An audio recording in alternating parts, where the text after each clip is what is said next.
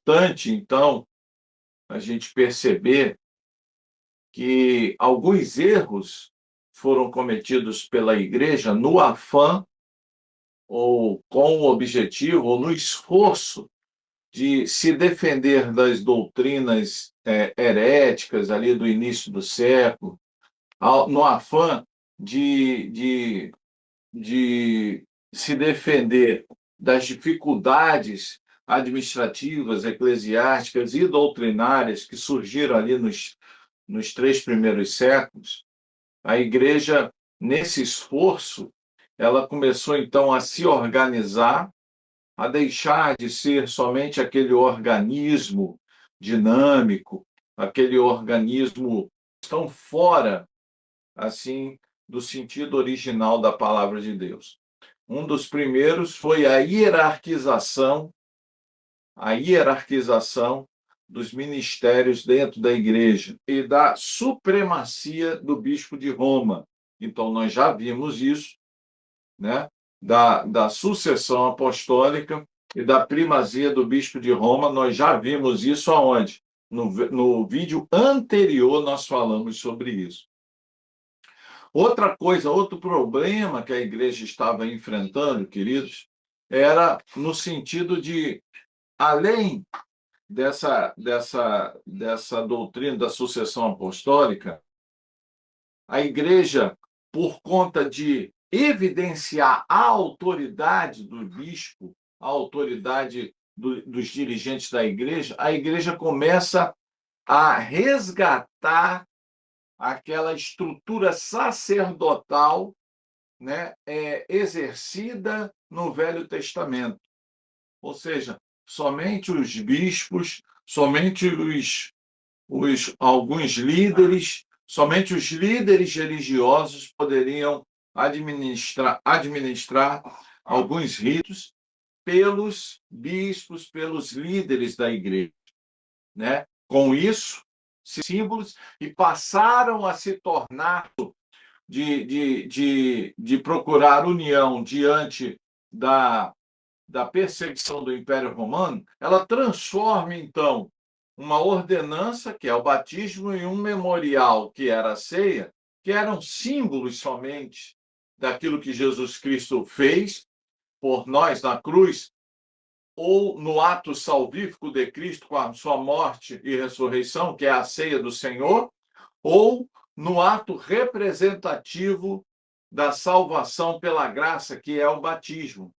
Então, esse ato representativo, que é o batismo, que é essa ordenança, e o memorial, que era para rememorar, relembrar daquilo que Jesus Cristo havia feito na cruz, esses dois institutos saem dessa dimensão de ordenança e memorial e passam a ser, por força de doutrina, eles passam, por força dogmática, eles passam a ser instrumentos de graça.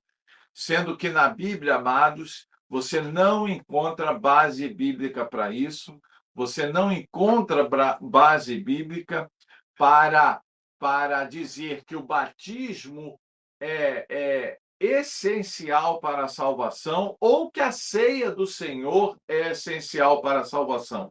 Você não encontra na Bíblia, né, dizendo assim, olha, se você não se batizar, você não vai ser salvo, ou se você não tomar a ceia do Senhor, ou se você não participar da ceia do Senhor, você não pode ser salvo, né?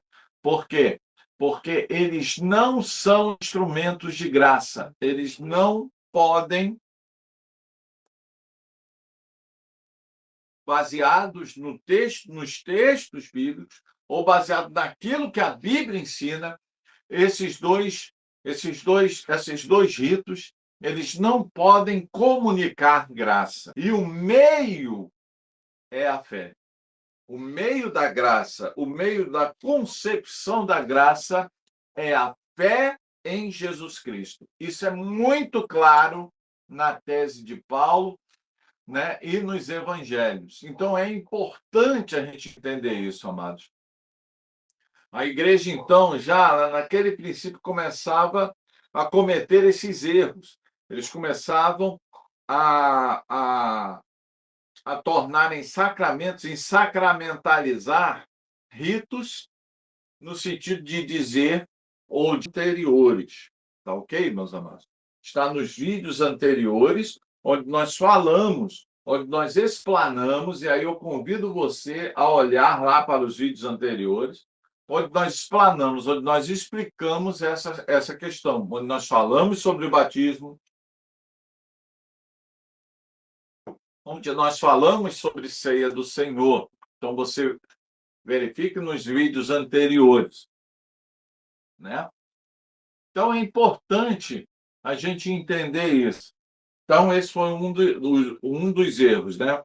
O primeiro erro, a hierarquização.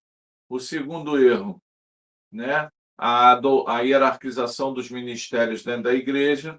O segundo erro, a doutrina, o dogma da sucessão apostólica e da primazia do bispo de Roma. Isso começa a surgir no terceiro século, do século I ao terceiro século também. A transformação no começo, ou na sua história pós, foi as heresias relacionadas à pessoa de Cristo. Nós já falamos sobre isso em alguns vídeos anteriores, né? Como é que Cristo é verdadeiramente homem, verdadeiramente Deus? Como é que Cristo pode ser completamente homem e completamente Deus, plenamente homem e plenamente Deus, né? Então, essa que é doutrina bíblica, então, essas revelações bíblicas, a igreja ela enfrentou certos problemas para poder entender essas primeiras revelações. Então, é importante a gente entender isso, amados. E é importante, então, que a igreja ela não pode ter dúvida sobre a pessoa de Cristo. Ok? Então, nós não podemos ter dúvida sobre a pessoa de Cristo e sobre a relação dessas duas naturezas que Jesus Cristo tem, que é a natureza divina e a natureza humana, né?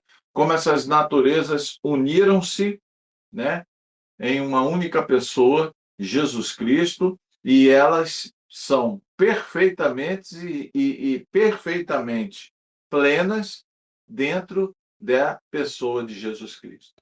Então, a gente não pode, amados, ter dúvida disso.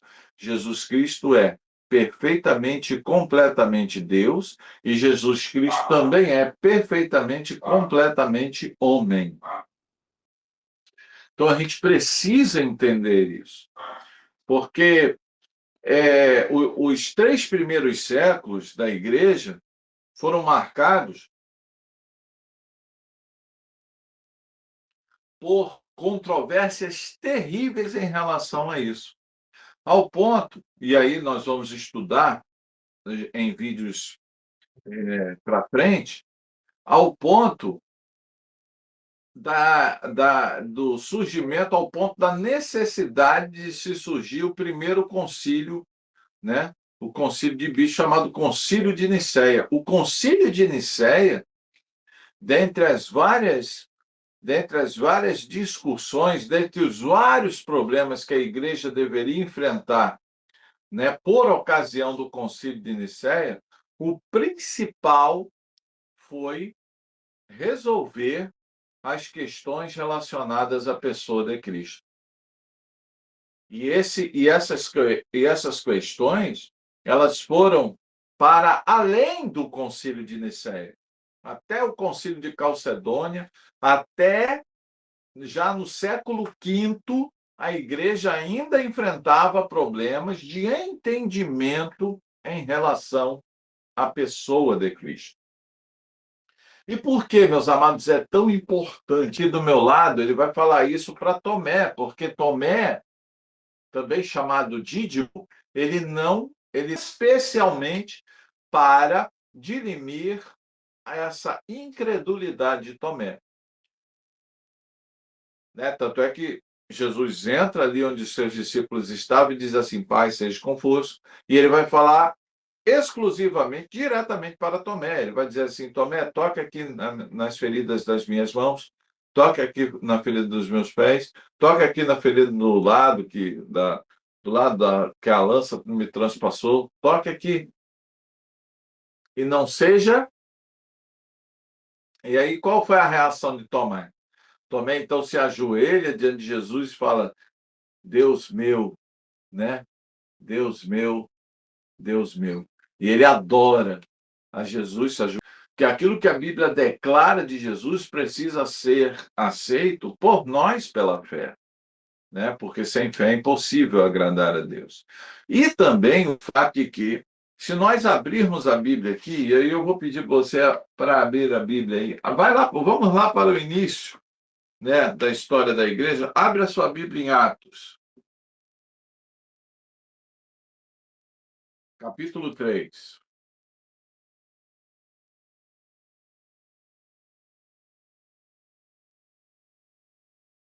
Atos, capítulo 3.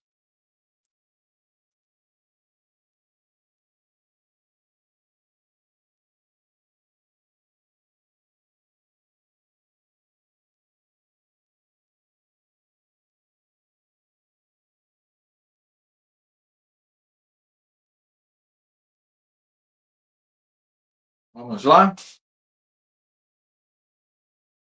Atos, capítulo 3 começa, então, com um milagre. Ele começa com o relato de um milagre. Pedro e João estavam indo para o templo e ali tinha um aleijado, um mendigo aleijado, ficava na escadaria do templo. E é um texto muito conhecido, é um texto muito conhecido por nós. Onde Jesus, onde Pedro e João entram no templo, o homem estica a mão para eles, o homem interpela Pedro e João e pergunta: Olha, vocês não têm uma esmola para me dar?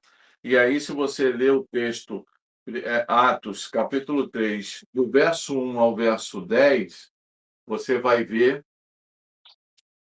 você vai ver Pedro e João falando assim: Olha, eu não tenho prata, eu não tenho ouro, mas o que tenho, isso te dou.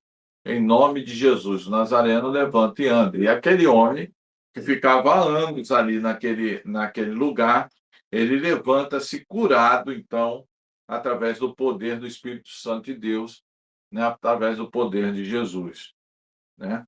E aí ele entra no templo, saltitando, alegre com Pedro e João. A partir do verso 11, eu quero que você preste atenção aqui a partir do verso 11. Atos capítulo 3, a partir do verso 11. Apegando-se o mendigo, aquele que fora curado, a Pedro e João, todo o povo ficou maravilhado e correu até eles, ao lugar chamado Pórtico de Salomão. Vendo isto, Pedro lhes disse: Israelitas, por que isto os surpreende? Por que vocês estão olhando para nós como se tivéssemos feito este homem andar pelo nosso próprio poder ou piedade? O Deus de Abraão, de Isaque e de Jacó, o Deus dos nossos antepassados, glorificou seu servo Jesus, a quem vocês entregaram para ser morto e negaram perante Pilatos, embora ele tivesse decidido soltá-lo. Vocês negaram publicamente o santo e o justo e pediram que lhes fosse liberado um assassino. Vocês mataram o autor da vida, mas Deus o ressuscitou dos mortos, e nós somos testemunhas disso. Pela fé no nome de Jesus, o nome curou este homem, que vocês veem e conhecem. A fé que vem por meio dele deu esta saúde perfeita, como nós podemos ver. E aí Pedro continua falando, né? Verso 17 e verso 18, é muito interessante. Olha só. Agora, irmãos, eu sei que vocês agiram por ignorância, bem como os líderes, mas foi assim que Deus cumpriu o que tinha predito pelos profetas, dizendo que o seu Cristo haveria de sofrer. Arrependa-se, pois, e volte-se para Deus, para que sejam apagados para que os seus pecados sejam cancelados, para que venham tempos de descanso da parte do Senhor, e ele mande o Cristo, o qual lhe foi designado Jesus. Então perceba Eu vou dar outros exemplos aqui, mas perceba, amados, que quando o cristianismo ele nasce, quando o cristianismo ele surge, o cristianismo ele nasce inseparavelmente da pessoa de Jesus. Quando o cristianismo ele emerge enquanto realidade histórica, através da igreja, através de Atos capítulo 2,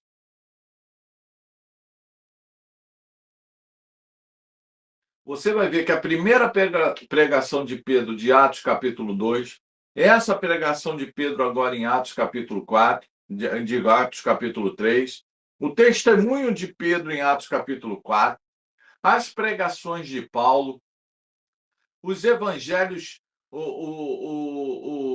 as pregações de João, né? As pregações feitas pelos diversos irmãos da igreja primitiva relatados em Atos, todas essas pregações, toda a mensagem do evangelho, ela é em torno da pessoa de Jesus.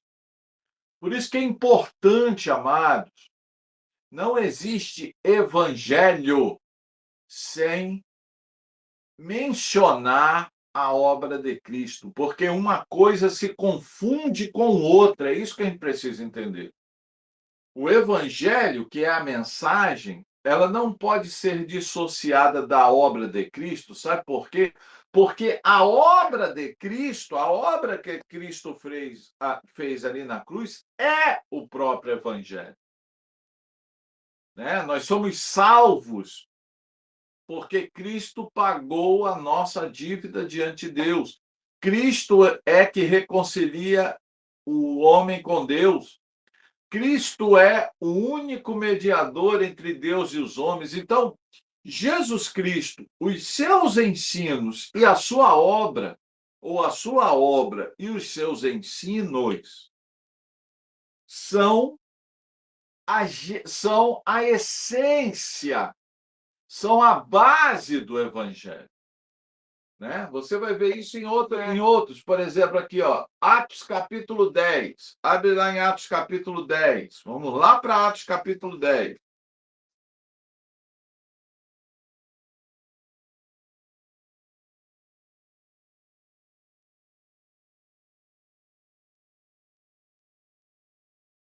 Eu vou ler ali, Atos capítulo 10. Vamos lá a partir do 39. Atos capítulo 10, a partir do 39. Pedro vai à casa de Cornélio, do centurião Cornélio, da corte italiana, e ele vai pregar o evangelho. Ele vai anunciar o evangelho. E olha só o que Pedro fala. Verso 39. Atos capítulo 10, a partir do verso 39. Nós somos testemunhas de tudo o que ele fez na terra dos judeus e em Jerusalém, onde o mataram. Ou seja, está falando de quem? Jesus. Suspendendo no madeiro. Deus, porém, o ressuscitou no terceiro dia e fez que ele fosse visto, não por todo o povo, mas por testemunhas que designara de antemão, por nós que comemos e bebemos com ele depois que ressuscitou dos mortos. Ele nos mandou pregar ao povo e testemunhar que foi a ele que Deus constituiu juiz de vivos e de mortos. Olha só, gente, pelo amor de Deus, entenda a igreja. Entenda que o evangelho que está sendo pregado hoje está muito distante do evangelho do querigma, que era a mensagem original da igreja primitiva. Olha só, Pedro ele tá sendo claro aqui, o assunto não é outro, o assunto não pode ser outro, o assunto só pode ser Jesus. Ok? Verso 42. ele nos mandou pregar ao povo e testemunhar que foi a ele Jesus, que Deus constituiu juiz de vivos e mortos. Todos os profetas dão testemunho dele, de que todo o que nele crê recebe o perdão dos pecados mediante o seu nome. Então, no entendimento dos apóstolos, e aqui eu estou usando Pedro como exemplo, porque a revelação nos coloca Pedro como exemplo, no entendimento dos apóstolos, o Velho Testamento, verso 43, todo o Velho Testamento dá testemunho dele. De quem? De Jesus. De que todo aquele que nele crê recebe o perdão dos pecados mediante seu nome. Ou seja, para os apóstolos, é isso que é interessante, amados. Para os apóstolos, a Bíblia, o discurso bíblico em relação à pessoa de Cristo, ele é único. Não há uma separação entre Velho e Novo Testamento. Porque toda a Bíblia, seja no exercício profético, seja no exercício apostólico, ela vai falar e testificar do plano de salvação baseado em Cristo. E é isso que nós precisamos entender, amado. Ok? Vamos ver outros exemplos. Abre aí a sua Bíblia, em Gálatas capítulo 5, volta um pouco. Gálatas capítulo 5, eu digo, Atos capítulo 5, desculpa, Atos capítulo 5.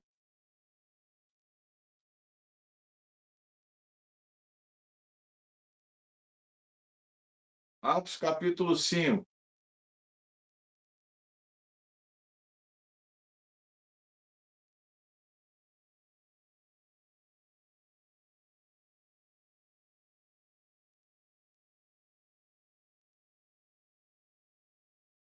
Eu vou ler o verso 41 e verso 42, os dois últimos. Todos nós conhecemos a história, né, de Atos capítulo 5, Pedro e João foram presos, depois foram libertos, né? Aí o verso 41 vai dizer assim, ó: os apóstolos saíram do sinédrio, alegres por terem sido considerados dignos de serem humilhados por causa do nome de Jesus. Todos os dias no templo e de casa em casa, não deixavam de ensinar e proclamar que Jesus é o Cristo. E é isso é fantástico, meus irmãos. Por que o cristianismo, né? Por que o cristianismo, então, é a pedra fundamental, a base é Cristo? Olha só, eles não deixavam de proclamar que Jesus, ou seja, que aquele Jesus histórico, né? Aquele Jesus histórico, aquele Jesus predito pelo Velho Testamento, aquele menino que nasceu em Belém, cresceu em Nazaré, teve seu ministério ali na região de Cafarnaum e morreu fora das portas de Jerusalém e ressuscitou ao terceiro dia, que esse Jesus histórico é o Cristo. Ou seja, é o ungido de Deus que haveria de vir, predito no Velho Testamento. Amém? Então perceba que a síntese do cristianismo ela precisa passar por aí. Jesus é o Cristo, ou seja, Jesus é o ungido.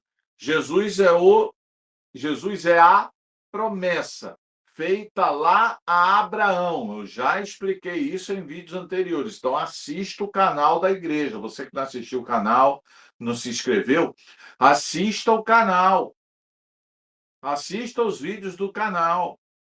Porque quando eu expliquei Romanos capítulo toda a carta de Romanos, a partir do capítulo 3 até o capítulo 11, ou seja, praticamente toda a carta de Romanos, Paulo, o apóstolo Paulo, demonstra claramente, começando lá de Adão e terminando lá nos profetas, ele pega toda a história do Velho Testamento, nesses 11 capítulos, né, do 3 ao 11, né, nesses 9 capítulos, né, ou nessa parte da carta de Paulo, né, que pode-se incluir o capítulo até 2 aí, ou a gente pode até desafiar você a ler toda a carta de Paulo aos Romanos. Por quê? Porque qual é a tese de Paulo? O que Paulo procurou demonstrar na carta aos Romanos? Procurou demonstrar exatamente isso aqui, que Jesus é o Cristo. Jesus era o ungido. Que a promessa feita a Abraão era Jesus. Que a estrela de Davi era Jesus. Que o leão da tribo de Judá era Jesus. Né? Que o príncipe da paz, o Deus poderoso, né? Um menino nos nasceu, um filho se nos deu, o seu nome está sobre todo nome, o seu nome será maravilhoso, conselheiro Deus forte, Pai da eternidade, príncipe da paz. Isso está escrito lá no Velho Testamento, estava se referindo a Cristo. Então, para Paulo e para Pedro, que a gente acabou de ler aqui, em Atos capítulo 5, do 41 e 42, 41 e 42, é importante a gente entender isso, né? Que Cristo é a essência do Evangelho. Pregar o Evangelho sem dar aos ouvintes o entendimento de que Jesus é o Cristo, pregar o Evangelho, né? Sem mostrar Cristo como aquele que resolve os nossos problemas de relacionamento em relação a Deus, não é pregar o Evangelho, é pregar outro Evangelho. Você compreende isso? Então, toda a pregação, todo o ensino que destitui Cristo, que destitui a pessoa de Cristo, que tira a pessoa de Cristo, ou que tira a suficiência da pessoa de Cristo, não é evangelho. O que acontece hoje? Muitas igrejas, olha, Jesus salva, mas você precisa cumprir os sacramentos, senão você não é salvo. Isso não é ensino bíblico. Bem? O ladrão da cruz. Se fosse assim, meu amado, vamos imaginar a seguinte cena. Se o critério para entrar no céu fosse o critério da igreja hoje, sabe o que ia acontecer? Ia ter que ficar uma secretária lá na porta do céu, as pessoas morriam, a pessoa chegava lá na porta do céu, a secretária vinha. Você se batizou? Sim ou não? Você tomou a ceia do Senhor? Sim ou não? Você deu o dízimo? Sim ou não? Você teve cargo na igreja? Sim ou não? Você leu a Bíblia toda? Sim ou não? Você casou? Sim ou não? Você fez Eucaristia? Sim ou não? Você fez classe catecúmeno? Sim ou não? Né? Então, a pessoa ia respondendo esses critérios. Se fosse positiva, ela entrava no céu. Se fosse negativa, ela ficava fora do céu. Mas eu imagino se chegasse alguém lá no céu e que não fizesse nada disso. O cara, ele não se batizou.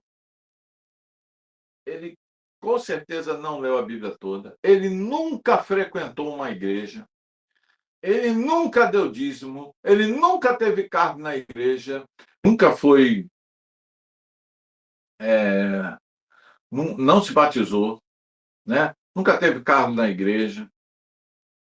Todos esses. Nunca participou de nenhum sacramento. Mas sabe o que ele ouviu de Jesus? hoje mesmo estarás comigo no paraíso. Então, esse cara, que nunca participou de uma igreja, está no céu.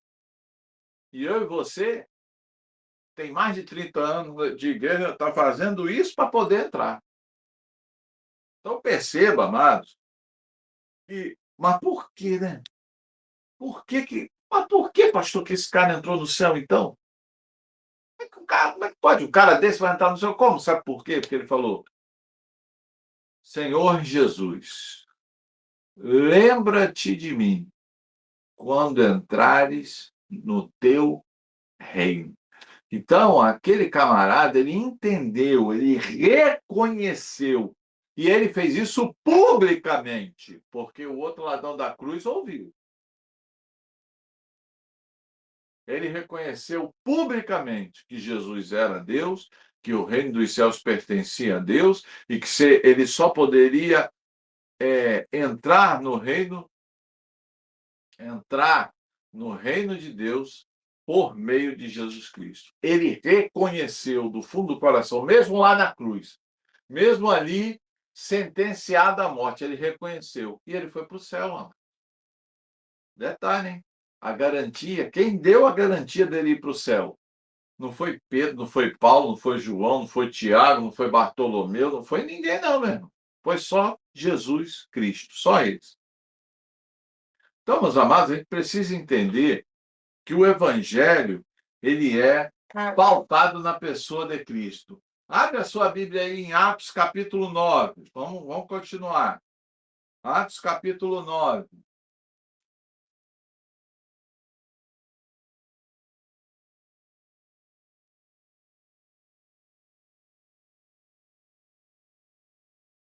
Vou ler a partir do verso 17. Atos capítulo 9, a partir do verso 17.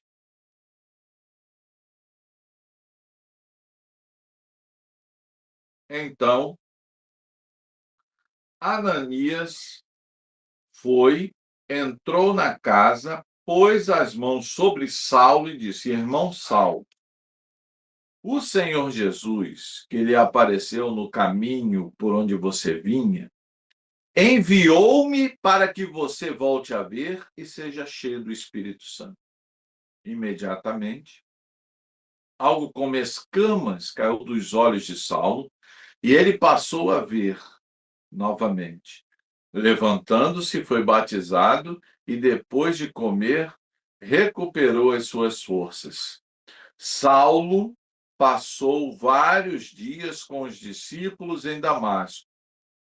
Verso 20, olha o verso 20, coisa tremenda. Logo, começou a pregar nas sinagogas. O que ele começou a pregar nas sinagogas? Que Jesus é o Filho de Deus. Então, amados, a pregação, seja desde o comecinho do ministério apostólico, sempre foi Jesus. Então, nós não podemos abrir mão disso. Vamos lá, outros versículos aí.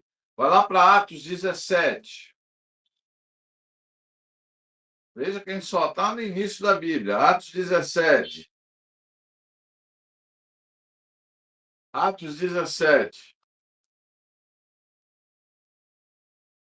Vou ler a partir do verso 1. Tendo passado por Antípolis e Apolônia, chegaram a Tessalônica, onde havia uma sinagoga judaica. Onde havia o quê? Uma sinagoga judaica. Isso aqui é a viagem de Paulo. Paulo chegou lá em Tessalônica e ele viu que havia uma sinagoga judaica. Vamos lá, vamos ler a Bíblia com perspicácia, com atenção.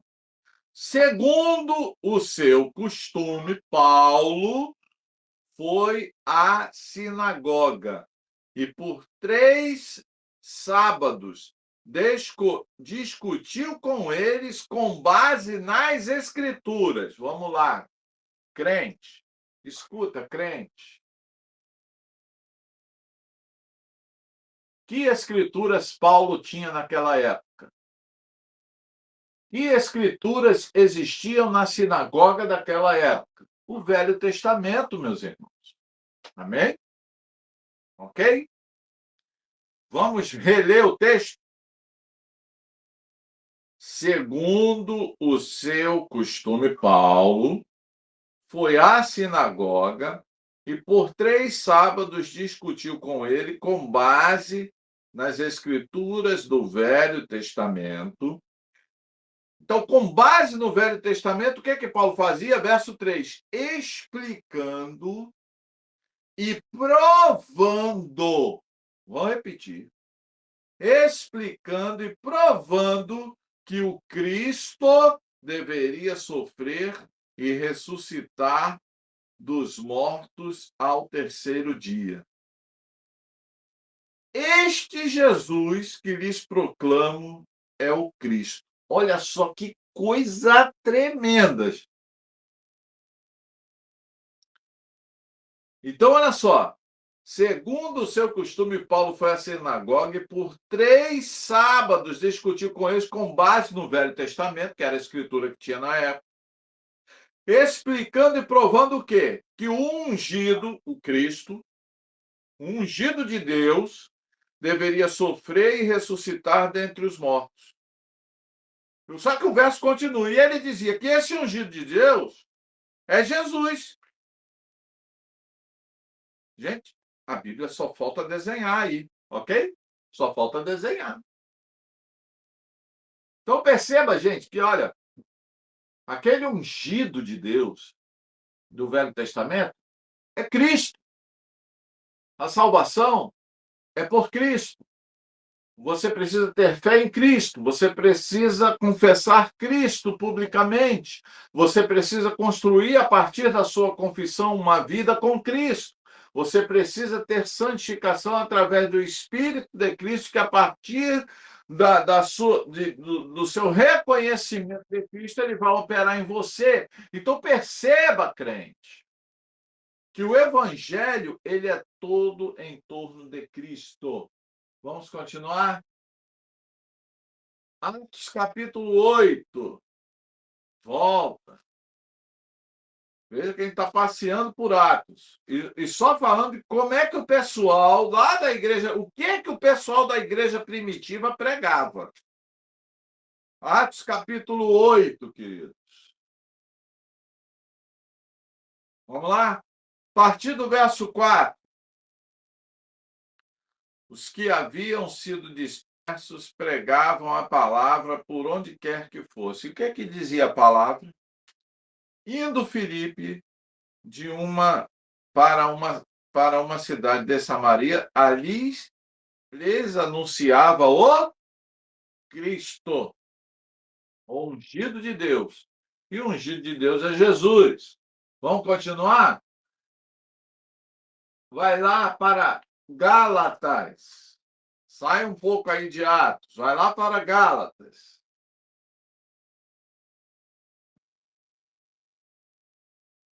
Gálatas, capítulo 1.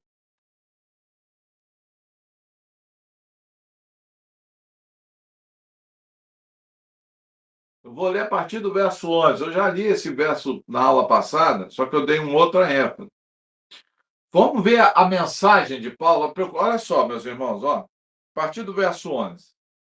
Tá? Gálatas, capítulo 1, a partir do verso 11. Irmãos, quero que saibam que o evangelho por mim anunciado não é de origem humana. Não recebi de pessoa alguma, nem me foi ele ensinado. Ao contrário, eu recebi de Jesus Cristo por revelação.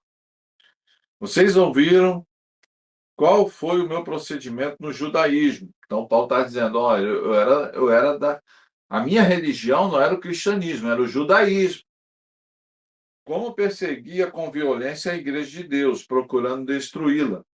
No judaísmo, eu superava a maioria dos judeus da minha idade, era extremamente zeloso das tradições dos meus antepassados. Mas Deus me separou desde o ventre materno e me chamou por sua graça, quando lhe agradou, revelar o seu Filho em mim, para que eu o anunciasse entre os gentios. Não consultei pessoa alguma, tampouco subi a Jerusalém para ver os que eram apóstolos antes de mim, mas de imediato parti para a Arábia e voltei outra vez para Damasco. Então, perceba, amados, revelar quem? Então, olha só, o evangelho pregado aos gentios, né? Então, Paulo ele foi separado. Escuta, crente. Paulo ele foi separado por Deus para pregar o evangelho aos gentios. Amém? E esse evangelho tinha como objetivo revelar quem? Jesus Cristo. Revelar o Filho, revelar Cristo. Então é importante a gente entender isso. Vamos ler lá. Vai lá agora para Romanos. Volta um pouco, Romanos.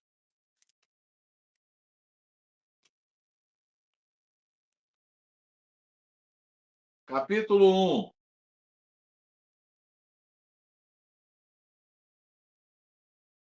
Diz que a gente tem que ler a Bíblia com assim, amados, amando mesmo o texto. Olha só. Romanos capítulo 1, a partir do verso 1. Paulo, servo de Jesus Cristo, chamado para ser apóstolo, separado para o evangelho de Deus, o qual foi prometido por ele de antemão por meio de seus profetas nas sagradas escrituras. É impressionante, né, Paulo? Né, gente? Olha só. O qual quem? Cristo, né? Cristo foi prometido por Deus de antemão por meio de seus profetas nas sagradas escrituras, ou nas escrituras sagradas, que naquela época era o Velho Testamento. Então, veja, não é só na ideia de, não é só no pensamento de Pedro, que o Velho Testamento testemunhava de Jesus Cristo, mas também no pensamento de Paulo, ou seja, todos os apóstolos. A igreja primitiva entendia que não havia separação de discurso. Presta atenção, crente. Porque tem muito crente que ainda acredita, a gente viveu na época da lei, as pessoas eram salvas, né, pela lei, agora são salvas, agora a gente vive a era da graça. Não, meu amado, a gente sempre foi pela graça. As pessoas sempre foram salvos pela graça, por quê? Porque o próprio apóstolo Paulo vai dizer que pela lei ninguém é justificado. E esse ninguém envolve de Adão até a volta de Cristo. Ninguém vai ser justificado pela lei, e sim pela graça. E essa graça se manifesta pela fé em Jesus Cristo. Então vamos lá. O qual foi, verso 2 de Romanos capítulo 1, o qual foi prometido por ele, Deus, de antemão por meio de seus profetas nas Sagradas Escrituras, acerca de seu filho que, como homem, era descendente de Davi, e que, mediante o Espírito de santidade, foi declarado filho de Deus com poder pela ressurreição dentre os mortos, Jesus Cristo, nosso Salvador. Por meio dele, e por causa do seu nome, recebemos graça e apostolado para chamar dentre todas as nações um povo para a obediência que vem pela fé. E vocês também estão entre os chamados para pertencerem a Jesus Cristo. Então, amados, perceba o cuidado e a insistência do apóstolo Paulo, né? Em demonstrar, meus amados, de forma clara aqui, em demonstrar de forma clara que a Bíblia, o discurso bíblico, ele é único, ele tem uma unidade central. A unidade central é a pessoa de Cristo. Vamos continuar, se você tiver coragem. 1 Coríntios, capítulo 15.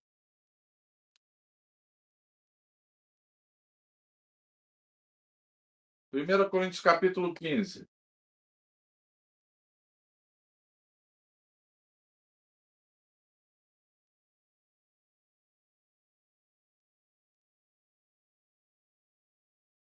Paulo ele vai fazer uma resenha do Evangelho. Olha só, coisa tremenda, amado, isso aqui. Ó. Irmãos, 1 Coríntios capítulo 15, a partir do verso 1. Irmãos, quero lembrar-lhes o Evangelho que lhes preguei. Olha só. Então, Paulo vai falar, irmãos, eu quero lembrar a vocês o Evangelho que eu preguei. 2 pontos. Então, preste atenção, que eu vou fazer uma resenha do Evangelho. A minha pregação é essa. Olha só. Irmãos, quero lembrar-lhes o Evangelho que lhes preguei, o qual vocês receberam e no qual estão firmes. Por meio deste Evangelho, vocês são salvos, desde que se apeguem firmemente à palavra que lhes preguei. Caso contrário, vocês têm crido em vão. Pois o que primeiramente lhes transmiti foi o que recebi. 2 pontos. Olha só. Cara, eu acho essa parte da Bíblia fantástica.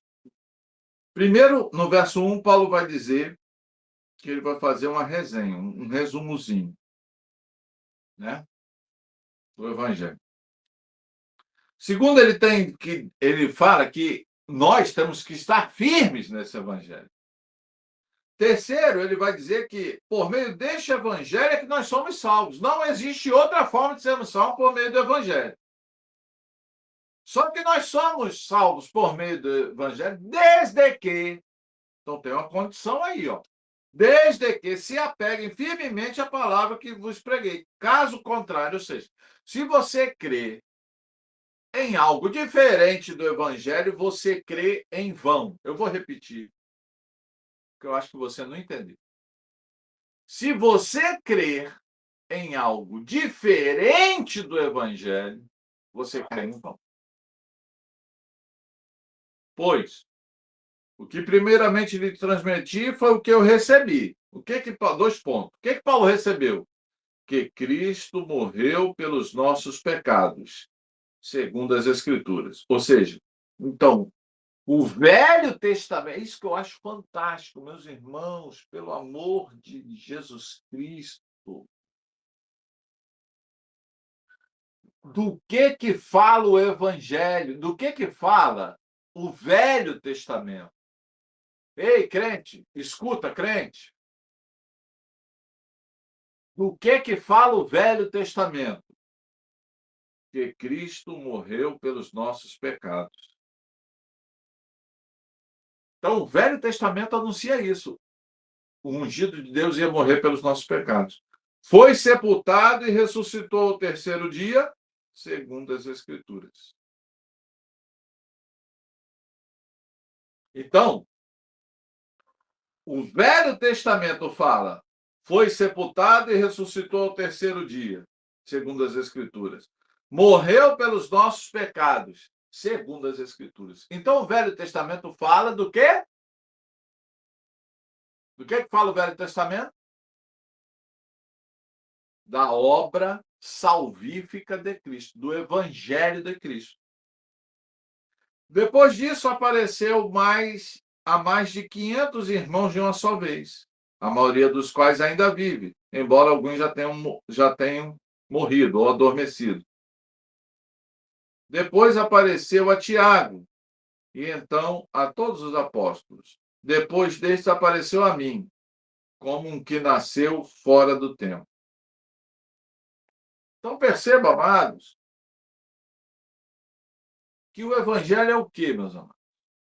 O Evangelho fala da obra de Cristo, que Cristo é a nossa propiciação, que Cristo é que nos reconcilia com Deus. Somente Cristo, não adianta você, igreja não salva. A igreja que ensina que ela salva, ela está mentindo. A salvação não se encontra em igreja. A salvação se encontra pela fé em Jesus Cristo. E a igreja, pastor? A igreja é uma reunião de salvos. Escuta, crente. O que é a igreja? É um grupo de salvos. É isso que é a igreja. Então, a igreja ela não provê salvação. A igreja reúne quem já é salvo. É difícil entender isso? Então, a igreja não salva.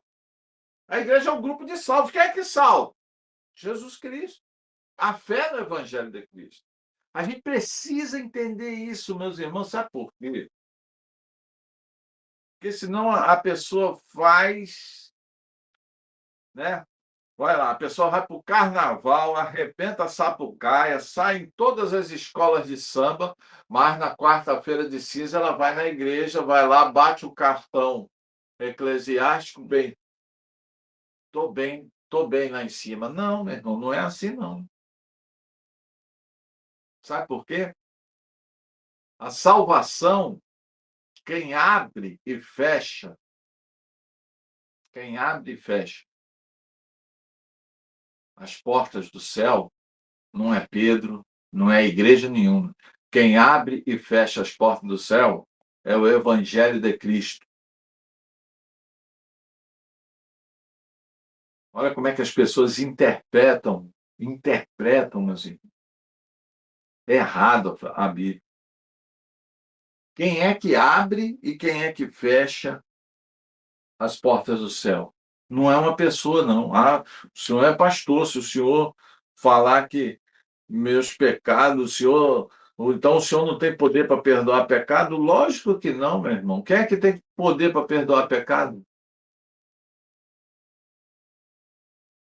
Quem é que tem poder para perdoar pecado? Se não Deus, se não o próprio Senhor Jesus Cristo. Agora, o perdão dos pecados nos é assegurado através de se crer no Evangelho de Cristo. Então, querido, a chave dos céus não está na igreja. Né? Esse negócio de uma igreja ter a chave do céu, quem é que Deus não colocou igreja nenhuma para ser síndico do céu? Isso é conversa fiada, isso é balela, isso é mentira. A chave do céu é o Evangelho de Cristo. Ok? Vamos continuar, se você tiver coragem.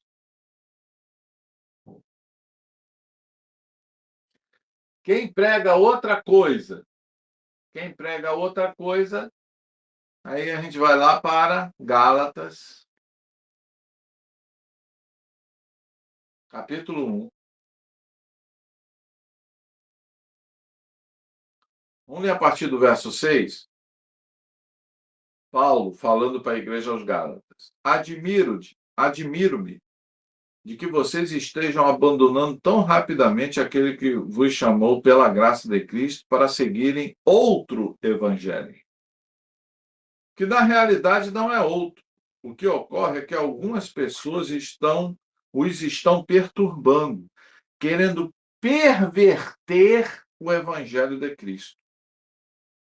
Mas ainda que nós, ou um anjo dos céus, pregue um evangelho diferente daquele que lhes pregamos, que seja amaldiçoado, ou que seja anátema, que seja anatematizado. Como já dissemos, e agora repito, se alguém lhes anuncia um evangelho diferente daquele que já receberam, que seja amaldiçoado. Então, meus amados, percebam, o que Paulo está dizendo aqui? Você parou para pensar no que Paulo está dizendo? Ele está falando assim, ó, o evangelho está acima de apóstolo, o evangelho está acima até dos seres celestiais.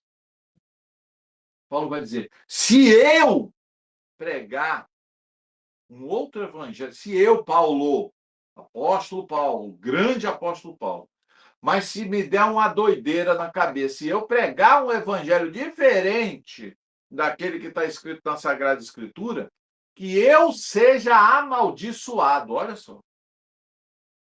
Paulo era apóstolo, amém? Paulo era um homem de fé, amém? Paulo, mas ele não se colocou acima do evangelho. Cara, isso é tremendo. Paulo, meus amados, foi um homem que teve revelações, que só ele teve, já parou para pensar nisso? Paulo, ele viu coisas que nenhum outro homem viu. Mas escrevendo à igreja aos Gálatas, ele diz assim: olha, entre o que eu falo e o evangelho de Cristo, escolham o evangelho de Cristo. Enquanto a mim, pode me amaldiçoar.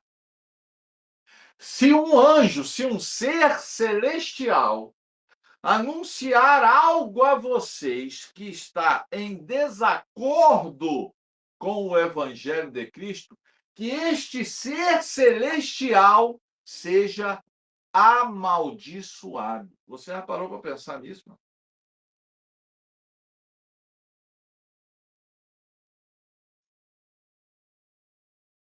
Aí como é que você vai dizer que a chave de alguma coisa está na igreja?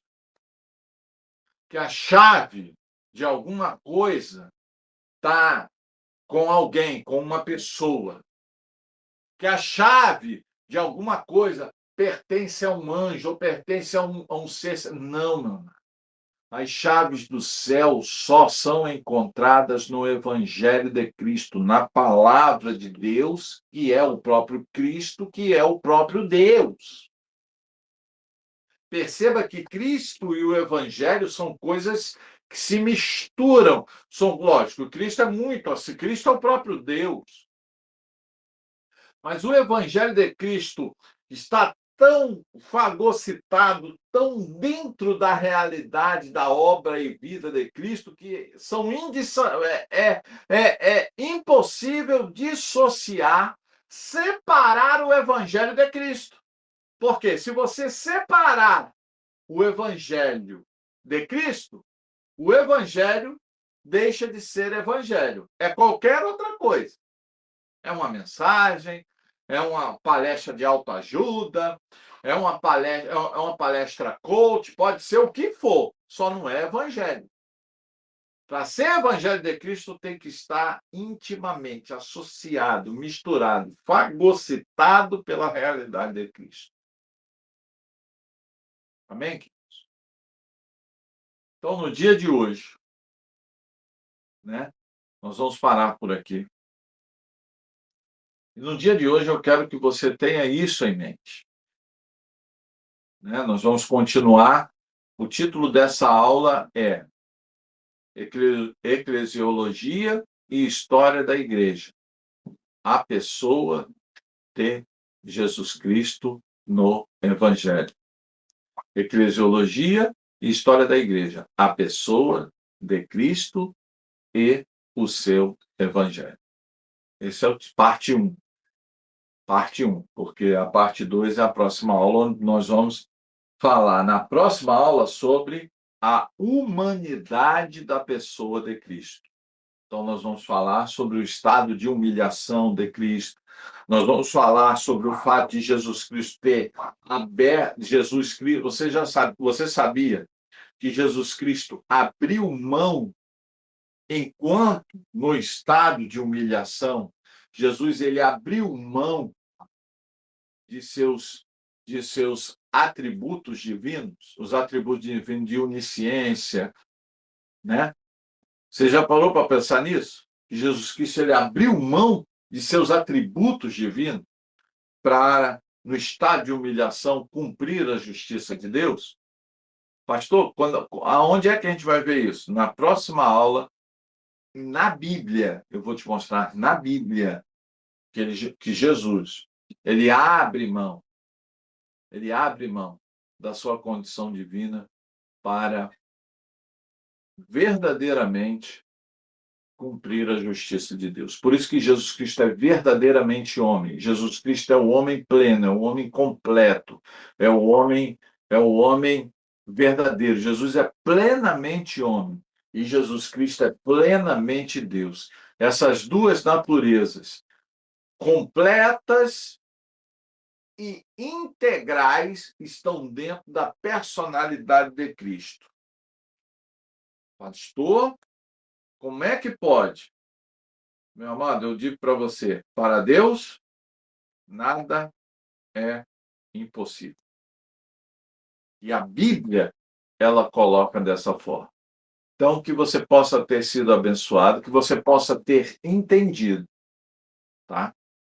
De uma vez por todas, que o Evangelho, que qualquer mensagem que se ouse a proclamar como Evangelho de Cristo, precisa, de fato, falar sobre Jesus Cristo, falar sobre a obra dele, falar sobre a necessidade da fé nele, falar sobre a necessidade da transformação através da fé pela graça em Cristo. Então, meus amados, nós precisamos entender isso.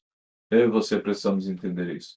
Eu não sei onde vai aparecer aqui, mas vai estar aqui, aqui embaixo, aqui ou aqui em cima. Eu não sei onde vai estar aparecendo, mas vai estar aparecendo o QR Code aí e vai estar aparecendo a chave Pix para, se você quiser, contribuir com esta obra. Né? Todos os recursos são utilizados para abençoar pessoas. O pastor Renato, eu não ganho de igreja, eu não tenho salário da igreja, pelo contrário, a gente paga para ser pastor de igreja. A gente paga para pastorear a igreja, porque nós acreditamos que o bem maior é a pregação do evangelho. E a pregação do evangelho não tem preço. Não, é impossível precificar a vida eterna. Então, convido você a contribuir. Eu vou orar agora por você, para que você possa ter o seu coração aberto aí e compreender, né, essa primeira parte, né? História da igreja, eclesiologia da igreja, a pessoa de Cristo e o Evangelho. Ok? Então, nós vamos orar, eu vou orar. Eu vou abençoar os dízimos e as ofertas que vão ser depositados aí presencialmente na comunidade evangélica Geração da Conquista. E, por extensão, eu estarei orando também por aquelas pessoas que vão contribuir aí através do QR Code ou através da chave Pix para esta obra, para a obra da comunidade evangélica Geração da Conquista. Senhor Deus, agradecemos, ó Pai, pela Tua palavra, agradecemos, ó Deus, porque quando lemos a tua palavra, Senhor, é tão claro, é tão cristalino, ó Pai, o teu ensino. Concluímos, ó Deus, que muitas vezes quem complica as coisas somos nós mesmos, nós é que complicamos. Sabe por quê? Porque nós queremos colocar, Paizinho, muitas vezes aquilo que nós achamos, não tem que colocar nada, é o que a Bíblia fala. Nos perdoa, Senhor. Nos perdoa porque nos afastamos e nos separamos do teu evangelho por uma vaidade nossa, por queremos colocar no teu evangelho algo que não pertence a ele, sim a nós. Senhor, tem misericórdia de nós. Abençoe, ó Pai, todos aqueles que vão contribuir agora com seus dízimos, com as suas ofertas, ó Pai, para esta hora. Que eles possam, ó Pai, ser ricamente abençoados e providos e provisionados por ti. Nós possamos ter, ó Pai, a humildade de reconhecer o teu poder e de reconhecer, ó Pai, a grandeza do teu evangelho. Muito obrigado pela oportunidade que temos, ó Pai, de estarmos aqui para louvarmos o teu nome, para engrandecermos o teu nome. Obrigado pela comunidade evangélica Geração da Conquista. Obrigado pela minha esposa que está aqui me ajudando na transmissão desse vídeo. Obrigado pelo meu irmão que está aqui presencialmente ouvindo esta mensagem. Obrigado por cada um que vai ouvir este texto, esse estudo, Deus, através desse vídeo. Possa nos abençoar. Tenha misericórdia de nós, Senhor, que teu Santo Espírito possa aclarar aquilo que porventura tenha ficado obscuro ao nosso entendimento, à nossa razão, aos nossos corações. É isso que nós pedimos e o fazemos em nome de Jesus. Amém. Eu vou ficar agora com a comunidade para qualquer tirada de dúvidas da lição anterior e desta lição. Que Deus te abençoe em nome de Jesus.